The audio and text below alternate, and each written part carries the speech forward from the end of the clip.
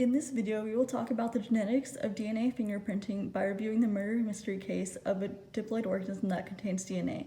The murdered woman's name is Eliza. Eliza was a businesswoman that loved to gamble in her free time. One evening in Veritopia, Eliza hosted a party at her house. During the party, the butler went upstairs and discovered her body stabbed to death in her bedroom. The suspects are the butler who reported the crime, Eliza's friend Anna that constantly loses to her when they're gambling, and the neighbors, Abby Green and Mrs. Green, who's Abby's mother, that both secretly despise Eliza because she's a very loud neighbor. So now we wonder who committed the murder. The murder weapon was fingerprinted and a single DNA sample was taken from Eliza and the 4 murder suspects. So the person that committed the crime will have to exactly match the sample in both loci. So looking at the sample, we can see that Eliza's DNA only matches that one allele, but not the other, so she does not match the sample. But the butler matches the sample because both the alleles match the sample. And we go across the gel and we see that both of Anna's alleles also match exactly to the sample, which means that Anna is also still a suspect. Abby's DNA does not match the sample at all.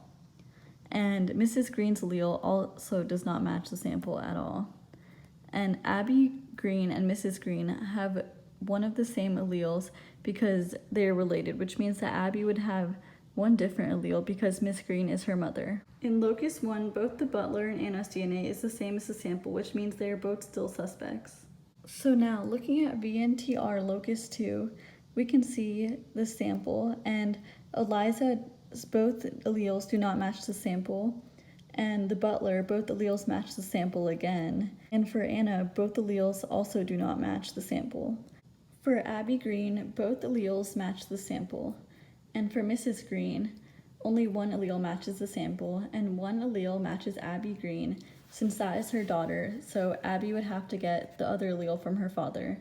And for Mrs. Green, we can see that the other allele does not match the sample. This shows that in VNTR locus 2, both the butler and Abby Green both have the same DNA as the sample. Looking at both loci, we can see that the butler's DNA matches locus 1, and Anna's DNA also matches locus 1, and the butler's DNA and Abby Green's DNA matches locus 2, but only the butler's DNA matches both loci. Since the butler's DNA matched both loci exactly, that means that the butler committed the crime. As we can see from this murder mystery case, genetics plays a significant role in crime scene investigation and forensic analysis.